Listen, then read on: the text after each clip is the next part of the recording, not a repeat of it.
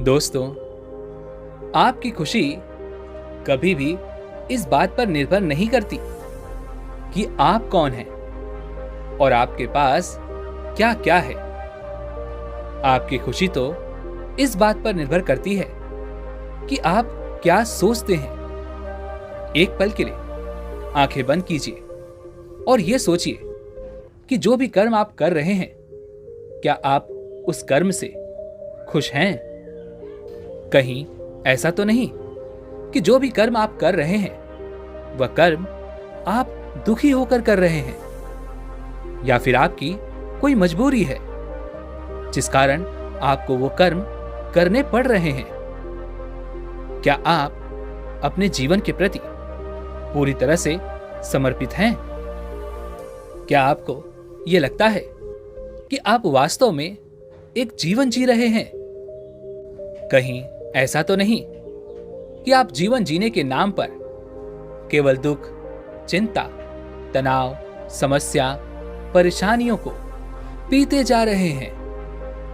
आपको क्या लगता है, आपकी खुशी किसमें है?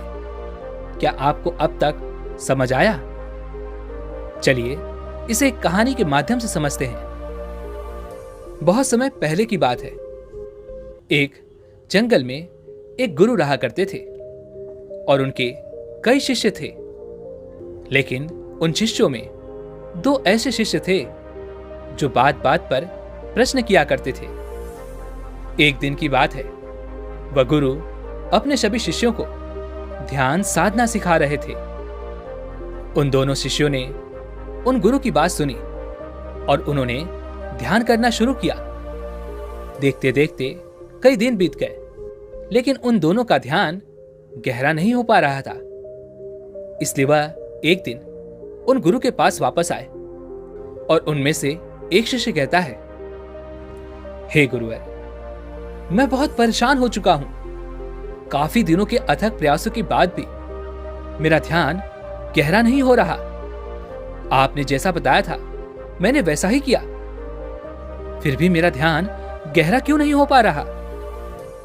तभी वह गुरु मुस्कुराने लगे और उन दोनों शिष्यों से कहते हैं, भंते, ध्यान करने के अलग अलग प्रकार के कई तरीके हैं। उनमें से कोई एक तरीका हमें पकड़ना होता है और उसी का लगातार हमें अभ्यास करते रहना होता है। किंतु मैंने तुम लोगों को देखा है, तुम लोग एक तरीका एक समय पर अपनाते हो और उसके बाद जब तुम्हारा ध्यान नहीं लग पाता तो तुम थोड़े ही समय में उस तरीके को छोड़ देते हो और दूसरे तरीके अपनाने लगते हो। और इसी प्रकार तुम उस दूसरी विधि को भी थोड़े समय में ही छोड़ देते हो और तीसरी विधि के पीछे भागने लगते हो, क्योंकि तुम्हें लगता है कि इस तरीके से ध्यान नहीं हो रहा और ऐसे ध्यान करके मुझे क्या लाभ जब मेरा ध्यान गहरा होगा ही नहीं। और यह सोचकर तुम लोग ध्यान से उठ जाते हो और यही कारण है कि तुम्हारा ध्यान गहरा नहीं हो पाता। आगे वह गुरुवर उन दोनों शिष्यों से कहते हैं, भंते, यदि इस दुनिया में कुछ भी पाना है तो उसके लिए तुम्हें कठिन परिश्रम तो करना ही पड़ेगा। बिना परिश्रम के कुछ भी हासिल नहीं होता। यदि तुम केवल परिश्रम करते हो और निरंतरता पे ध्यान नहीं देते तो तुम्हारे द्वारा की गई मेहनत, तुम्हारे द्वारा किया गया परिश्रम सब कुछ व्यर्थ हो जाएगा। इसलिए कठोर परिश्रम के साथ साथ अपने कामों में निरंतरता बनाए रखनी चाहिए। यह सुन उन दोनों शिष्यों को अपनी गलती का एहसास हो जाता है। वे दोनों अब की बार लंबे समय तक ध्यान करते हैं और केवल एक ही विधि का प्रयोग करते हैं। देखते देखते कुछ ही दिनों में उन्हें थोड़ी सी उन्नति मिलती है। उनका ध्यान थोड़ा और गहरा हो जाता है, लेकिन उसके बाद वो फिर से उसी स्थिति में अटक जाते हैं और फिर कुछ दिनों तक लगातार ध्यान करने के बाद वो एक बार फिर से परेशान होकर उन गुरु के पास वापस लौटते हैं। तभी उनमें से एक शिष्य उन गुरु से कहता है, हे गुरुवर, आपने तो कहा था कठोर परिश्रम के साथ निरंतरता बनाए रखें जिससे हमारा ध्यान गहरा होगा। हमने तो वैसा ही किया, परंतु फिर भी हमें बहुत अधिक लाभ नहीं मिला, हम ध्यान की अधिक गहराई तक ना जा सके। तभी वह गुरुवर एक बार फिर उन दोनों शिष्यों से कहते हैं, भंते, कठिन परिश्रम आवश्यक है और कठिन परिश्रम के साथ निरंतरता भी आवश्यक है, किंतु हर एक मनुष्य अलग है, हर एक मनुष्य की क्षमता अलग है और उनके कार्य करने का तरीका और उनके कार्य करने की समर्थता भी अलग है।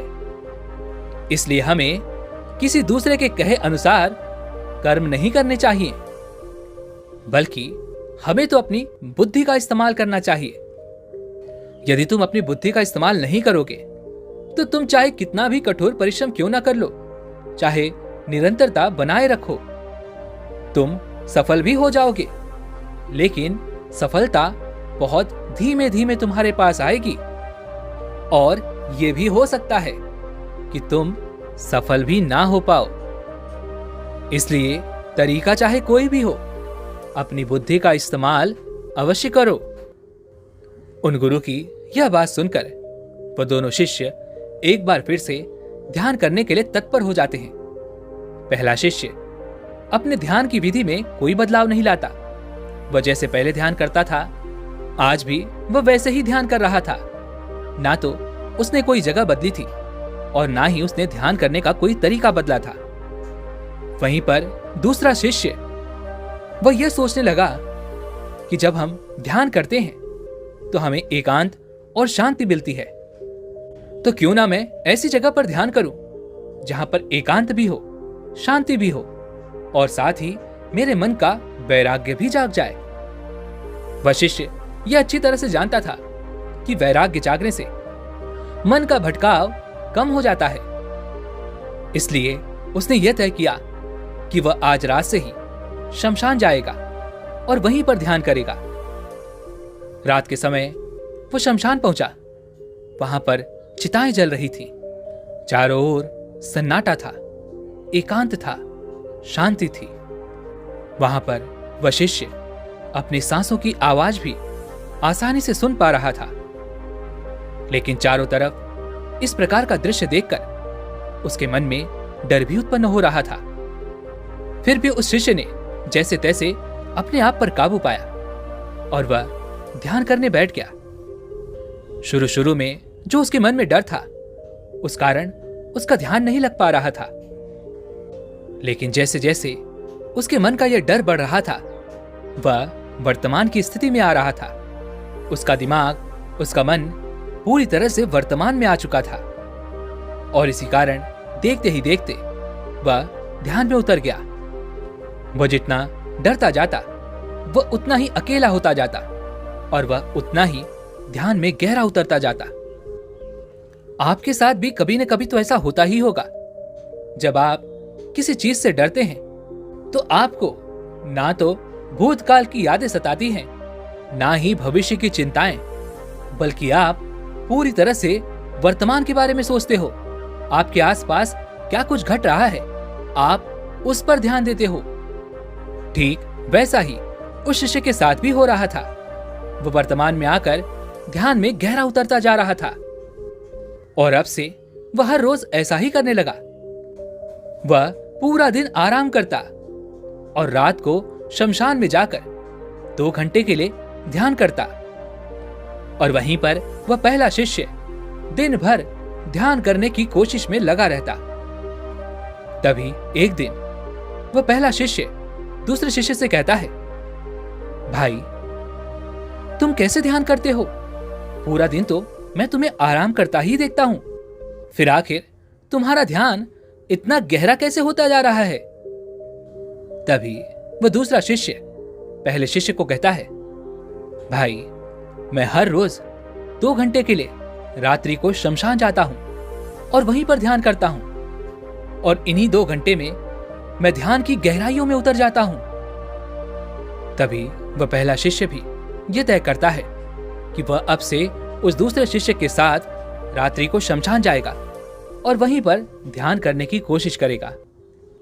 रात्रि के वक्त वो दोनों शिष्य शमशान जाते हैं। दूसरा वाला शिष्य बड़ी सरलता से ध्यान में उतर जाता है, जबकि पहला वाला शिष्य आसपास के उस दृश्य को देखकर उसका मन व्याकुल हो उठता है। वह बेचैनी से भर जाता है और वह अपने डर पर काबू नहीं कर पाता, जिस कारण वह ध्यान नहीं कर पाता। देखते ही देखते पूरी रात यूं ही गुजर जाती है, लेकिन वह पहला वाला शिष्य ध्यान नहीं लगा पाता, जबकि वह दूसरा शिष्य बड़ी सरलता से ध्यान में उतर जाता है और पूरे 2 घंटे तक वह यूं ही ध्यान में रहता है। अगले दिन पहला वाला शिष्य दूसरे शिष्य को कहता है, भाई, जब तुम शमशान में इतनी सहजता से ध्यान लगा लेते हो, तब तो तुम्हारे लिए इस आश्रम में ध्यान लगाना बहुत आसान होगा। क्या तुम मुझे यहां पर भी ध्यान लगाकर दिखा सकते हो? तभी दूसरा शिष्य कहता है, हाँ हाँ, क्यों नहीं, मैं तुम्हें अभी ध्यान में उतर कर दिखाता हूं। इतना कहकर वह ध्यान लगाने बैठ गया, किंतु अथक प्रयासों के बाद भी वह ध्यान न कर पाया। वह जब भी ध्यान करने का प्रयास करता तो आसपास की आवाजों, शोरगुल की वजह से उसका ध्यान टूट जाता। तभी वह पहले शिष्य से कहता है, नहीं नहीं भाई, यहां पर मैं ध्यान नहीं लगा सकता। यहां पर कितनी आवाज है, कितना शोर है, यहां पर तो शांति है ही नहीं, फिर भला मैं यहां पर ध्यान कैसे लगाऊं? अब दोनों के लिए अलग अलग स्थान पर ध्यान लगाना बहुत मुश्किल हो चुका था। वह दोनों केवल अपने ही स्थान पर ध्यान लगा पा रहे थे। उन दोनों को यह समझ नहीं आ रहा था कि अब क्या करें। यदि हम एक स्थान से दूसरे स्थान पर जाते हैं और वहां पर ध्यान लगाने का प्रयास करते हैं, तो हम ध्यान क्यों नहीं लगा पा रहे? वह दोनों तुरंत ही अपने गुरु के पास जाते हैं और उनमें से एक शिष्य उन गुरु से कहता है, हे गुरुवर, हम एक स्थान पर तो ध्यान लगा पा रहे हैं, किंतु जब हम किसी अलग स्थान पर जाते हैं तो हमारा ध्यान नहीं लग पाता। ऐसा क्यों गुरुवर? तभी वह गुरुवर मुस्कुराने लगे और उन दोनों शिष्यों से कहते हैं, भंते, किसी कार्य को करने के लिए परिश्रम आवश्यक है और कठिन परिश्रम के साथ निरंतरता भी होनी चाहिए, किंतु इन दोनों के साथ साथ बुद्धिमता भी होनी चाहिए। तभी एक शिष्य कहता है, हे गुरुवर, यह बुद्धिमता क्या है? तभी वह गुरुवर कहते हैं, किसी भी काम को करने में आराम ढूंढना यह बुद्धिमता है। जब भी हम किसी कार्य को करने के लिए कोई सरल और आसान उपाय ढूंढते हैं, जिससे हम उस कार्य को बड़ी ही सरलता और कम समय में कर सकें। आगे वह गुरुवर अपने उन दोनों शिष्यों से कहते हैं, तुम दोनों ने केवल आराम खोजा और इस कारण तुम्हें आराम ही मिला। भले ही एक स्थान पर तुम ध्यान कर पाए और वही तुम्हारे लिए आराम है, किंतु वह आराम तुम्हें दूसरी जगह पर नहीं मिलेगा। किंतु यदि तुम ध्यान को खोजते, ध्यान को जानते, तब तुम यह जान पाते कि ध्यान को कम से कम समय में और अधिक से अधिक प्रभावी ढंग से कैसे किया जाए। तब तुम अवश्य ही बुद्धिमता का उपयोग करते और ऐसे समय पर तुम जहां चाहे वहां पर ध्यान कर पाते। उन गुरु की यह बात सुनकर उन दोनों शिष्यों को यह समझ में आ चुका था कि भीतर से हम जो चाहते हैं हमें वही मिलता है, किंतु यदि आप बाहर से कुछ और दिखा रहे हैं और भीतर से कुछ और चाहते हैं, तो यह तो खुद को धोखा देने के समान है। जो आपके भीतर है वही आपके बाहर भी होना चाहिए। उन गुरु की यह बात सुनकर पहले शिष्य ने यह तय किया कि वह अब कहीं और जाएगा, किसी और मार्ग पर, जहां पर वह ध्यान कर सके, खुद को समझ सके, खुद को जान सके। वह उन गुरु की आज्ञा लेकर अपनी उस यात्रा पर निकल जाता है। वहीं पर दूसरा शिष्य वहीं पर आश्रम में रुक जाता है और वह वहीं पर कठिन परिश्रम के साथ ध्यान करने का प्रयास करता है। देखते ही देखते 5 साल बीत जाते हैं और 5 सालों के बाद वह पहला शिष्य आश्रम वापस लौट आता है। जब वह वापस आता है तो उसके चेहरे पर एक अजीब सा तेज और एक मंद मुस्कान थी। वह पहले से पूरी तरह से बदल चुका था। अपने उस शिष्य को देखकर वह गुरु उस शिष्य से कहते हैं, भंते, क्या तुम्हें वह मिल गया जिसकी तलाश में तुम गए थे? हे गुरुवर, मैं जो कुछ भी जानना चाहता था, मैं जिसकी भी तलाश में गया था, वो मुझे मिल चुका है। अब मुझे कोई खोज नहीं करनी। यह सुनकर वो दूसरा शिष्य बड़ा आश्चर्यचकित हो जाता है। वह पहले शिष्य से कहता है, भाई, तुमने ऐसा क्या खोज लिया कि अब तुम्हें कोई खोज करने की आवश्यकता नहीं? तभी वह पहला शिष्य मुस्कुराते हुए उस दूसरे शिष्य से कहता है, मुझे यह पता चल चुका है कि जब आप नहीं थे तब भी यह दुनिया बड़े आराम से चल रही थी, और जब आप नहीं होंगे तब भी यह दुनिया आराम से ही चल रही होगी। और ये जो थोड़ी देर का आपका होना है, इसमें आपको उत्सव मनाना चाहिए, ना कि उपद्रव। हमें अपनी पूरी ऊर्जा उत्सव मनाने में लगानी चाहिए, किंतु हम तो हमेशा ही मातम मनाने में लगे रहते हैं। तभी वह दूसरा शिष्य उस पहले शिष्य से कहता है, भाई, तुम किस मार्ग पर गए थे? मुझे भी बताओ, मैं भी जाना चाहता हूं। मैं भी जाकर देखना चाहता हूं कि आखिर वहां पर तुम्हें ऐसा क्या मिल गया।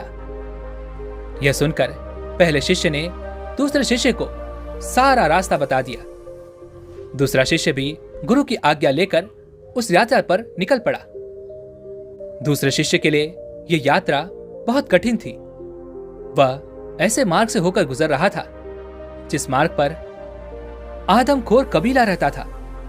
रास्ते में ही उस आदमखोर कबीले ने उस दूसरे शिष्य को पकड़ लिया और उसे बंदी बना लिया और उसे अपने गांव ले गए। वहां पर जब उस दूसरे शिष्य ने पहले शिष्य के बारे में बताया, उनका परिचय दिया, तो उस आदमखोर कबीले ने उस दूसरे शिष्य को छोड़ दिया। वह वहां से निकलकर अपने मार्ग में आगे बढ़ा। कुछ दूर आगे जाने के बाद वह एक गांव पहुंचा। उस गांव में महामारी फैली हुई थी। चारों तरफ मातम छाया हुआ था। चारों तरफ लोग बीमार थे। जैसे तैसे वह अपनी जान बचाकर उस गांव से आगे की ओर बढ़ा। कुछ दूर आगे जाने के बाद उसने देखा कि कुछ लोग एक व्यक्ति को पत्थरों से मार रहे थे। वह उसे अपशब्द कह रहे थे, तरह तरह की पीड़ाएं दे रहे थे। यह देखकर वह शिष्य उनके बीच आ गया और उसने हाथ जोड़कर उन गांव वालों से उस व्यक्ति को छोड़ने का अनुरोध किया, उनसे प्रार्थना की। वह कहने लगा, अरे अरे, तुम लोग ये क्या कर रहे हो? क्या तुम्हारे गांव में कोई दिक्कत है? क्या तुम्हारे गांव में कोई परेशानी है? तुम्हारे गांव में तो अच्छी फसल हो रही है, समय समय पर वर्षा हो रही है, तुम्हारे गांव में खुशहाली है, और वह इस व्यक्ति के भाग्य से है। यदि यह व्यक्ति यहां से चला गया तो तुम्हारा गांव अंधकार में डूब जाएगा। चारों तरफ मातम होगा, चारों तरफ केवल त्राही त्राही होगी। इस व्यक्ति से ही तुम्हारे गांव का भाग्य जगा हुआ है। यदि यह मर गया तो तुम्हारा दुर्भाग्य तुम्हारे घर पर होगा। ये सारी बातें सुनकर वे सभी गांव वाले घबरा गए और उन्होंने उस व्यक्ति को पत्थर मारना छोड़ दिया और साथ ही उस व्यक्ति से माफी भी मांगी और उसे वापस अपने गांव ले गए। उस व्यक्ति ने उन शिष्य का धन्यवाद किया और उन्हें रास्ते के लिए कुछ भोजन भी दिया। उसके बाद वह शिष्य अपनी यात्रा में आगे की ओर बढ़ चला। देखते ही देखते कुछ ही समय में वह अगले गांव पहुंचा। उस गांव में उपद्रव मचा हुआ था। दो भाई आपस में लड़ रहे थे। वह एक दूसरे को मार देना चाहते थे। उन दोनों के बीच में जमीन का विवाद चल रहा था, क्योंकि पिता की मृत्यु के बाद वह जमीन किसे मिलेगी, इस बात को लेकर वे दोनों एक दूसरे से लड़ रहे थे। पिता का शव अब भी वहीं पर पड़ा हुआ था। तभी वह शिष्य वहां पहुंचा और उसने कहा, और लड़ो, लेकिन उससे पहले मुझे यह बता दो कि तुम दोनों में से ये जमीन किसकी है और इस जमीन का उपभोग कौन करेगा। यदि तुम इसी तरह से लड़ते रहोगे तो तुम दोनों की मृत्यु हो जाएगी और उसके बाद ये जमीन किसकी होगी, क्योंकि इसका उपभोग करने के लिए किसी न किसी का होना तो आवश्यक है। इसलिए पहले ही मुझे यह बता दो कि आखिर तुम दोनों में से कौन मृत्यु को प्राप्त होने वाला है। दोनों भाइयों ने एक दूसरे को क्रोध की नजरों से देखा और दोनों भाइयों ने एक दूसरे की तरफ इशारा किया। तभी वह शिष्य एक बार फिर कहता है, मुझे सच सच बताओ।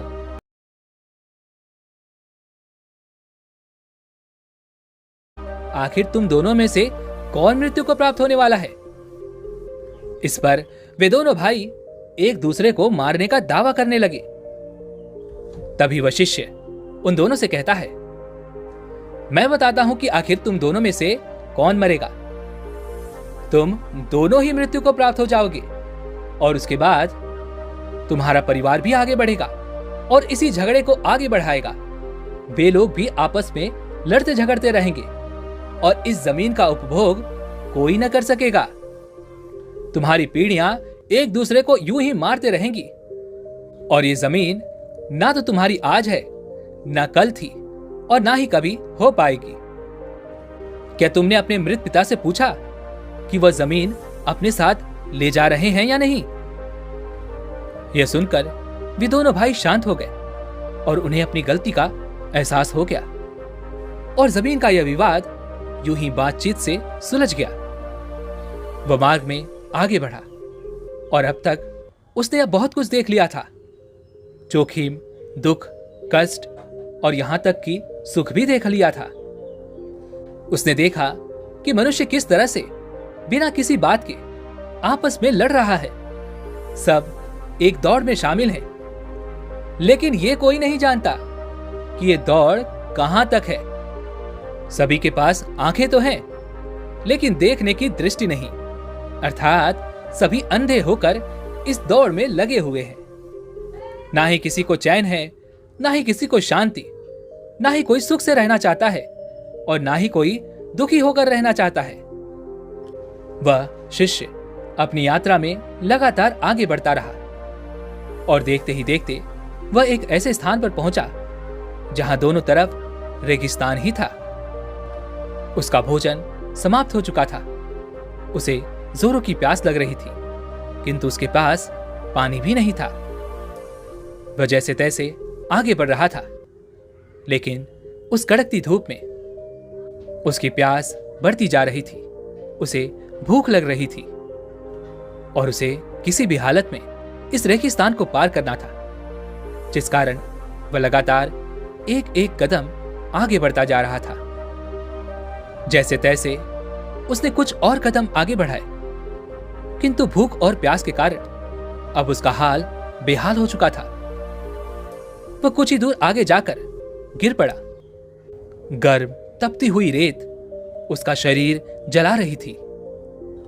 तब उसे यह एहसास हुआ कि अब वह नहीं बचेगा। उसने अपनी आंखें बंद की और परम शांति का अनुभव किया। और तभी उसे इस बात का भी एहसास हुआ कि सांसारिक जीवन, सन्यासी जीवन, ऐसा ज्ञान वैसा ज्ञान, ध्यान, साधना और न जाने क्या क्या, उसने कितना उत्पात मचाया, कितना उपद्रव किया, किंतु कभी भी अपने होने का एहसास नहीं किया। वह कभी यह नहीं समझ पाया कि जो जीवन उसे मिला है वह कितना कीमती है, वह जीवन कितना सुखदायी है। पर उसे तो हमेशा दुखी नजर आते थे और वह हमेशा ही अपने सुखद जीवन को दुखी बनाने में लगा हुआ था। यही सोचता हुआ वह धीरे धीरे मृत्यु को अपनी ओर आता हुआ देख रहा था। उसे ऐसा एहसास हो रहा था मानो मृत्यु उसे लेने आई है। तभी अचानक उसके मुख में पानी की धारा गिरी और वह जाग उठा। उसने देखा कि उसका वही गुरु भाई उसके सामने खड़ा है और उसे पानी पिला रहा है। तभी वह पहला शिष्य उस दूसरे शिष्य से कहता है, भाई, मैं तो तुम्हारी इस यात्रा में तुम्हारे पीछे पीछे ही था, क्योंकि मैं जानता था ये यात्रा इतनी आसान नहीं है। इसके बाद वह दोनों शिष्य वापस आश्रम लौट आए। वह दूसरा शिष्य भी उन गुरु के सामने उपस्थित हुआ। तभी उन गुरु ने उस दूसरे शिष्य से कहा, भंते, तुम्हें क्या मिला? तभी वो दूसरा शिष्य कहता है, हे गुरुवर, यह जीवन एक उत्सव है, बहुत कीमती है। इस दुनिया की कोई भी वस्तु हम वापस नहीं ले सकते, किंतु हम में से अधिकांश लोग अपने जीवन को मातम की तरह जीते हैं, उसे मातम की तरह मनाते हैं। वह अपने जीवन का महत्व समझ ही नहीं पाते। तभी आगे वह गुरु उन दोनों शिष्यों से कहते हैं, भंते, परिस्थितियां तो हमेशा ही चुनौतीपूर्ण होती हैं, परंतु यह उनके लिए चुनौती नहीं रहती जो अपने विचारों में परिवर्तन करते हैं। जिस प्रकार यदि हमें एक काम पसंद नहीं आता तो हम दूसरा काम शुरू करते हैं, फिर तीसरा और फिर चौथा, किंतु हम ये नहीं समझ पाते कि हमें कामों को बदलने की कोई आवश्यकता नहीं है। कामों में कोई कमी नहीं, कमी तो हमारे भीतर है और हमें हमारे भीतर ही परिवर्तन करना है। हमारे भीतर ही कुछ ऐसी कमी है जो किसी भी कार्य में सफल हुए बिना ही हम हार मान लेते हैं, और यदि हम उसे बदलने में सफल हो जाते हैं तो हम किसी भी कार्य में सफल हो सकते हैं। फिर चाहे आप पहला काम करें या फिर दूसरा या फिर तीसरा या फिर चौथा, आप सभी कामों को सफलतापूर्वक पूर्ण कर पाएंगे। उन दोनों शिष्यों को भी अभी समझ में आ चुका था कि चाहे स्थान कोई भी हो, वो चाहे जहां पर भी ध्यान कर सकते हैं। कमी स्थान में नहीं, बल्कि कमी तो उनके भीतर है। वे दोनों अब अलग अलग स्थान पर ध्यान करने लगे और देखते ही देखते उन दोनों ने गहरा ध्यान शुरू कर दिया और वह ध्यान में गहरे उतरने लगे। दोस्तों, यदि आप भी अपने जीवन में सफल होना चाहते हैं तो काम बदलने से कुछ नहीं होगा, बल्कि अपने आप को बदलना होगा। आपको यह समझना होगा कि काम में कमी नहीं, बल्कि कमी तो आप में है और आपको उस कमी को मिटाना होगा, उसे खत्म करना होगा। तभी आप जीवन में सफल हो पाएंगे, तभी आप जीवन में बड़े से बड़े लक्ष्य को हासिल कर पाएंगे। दोस्तों, उम्मीद है कि आपको आज की ये वीडियो जरूर पसंद आई होगी।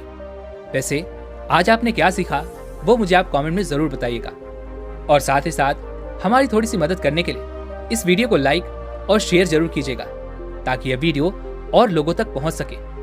साथ ही चैनल को सब्सक्राइब और घंटी बटन को भी जरूर दबा दीजिएगा। चलिए फिर मिलते हैं ऐसी एक और वीडियो में, तब तक के लिए अपना ख्याल रखें। धन्यवाद।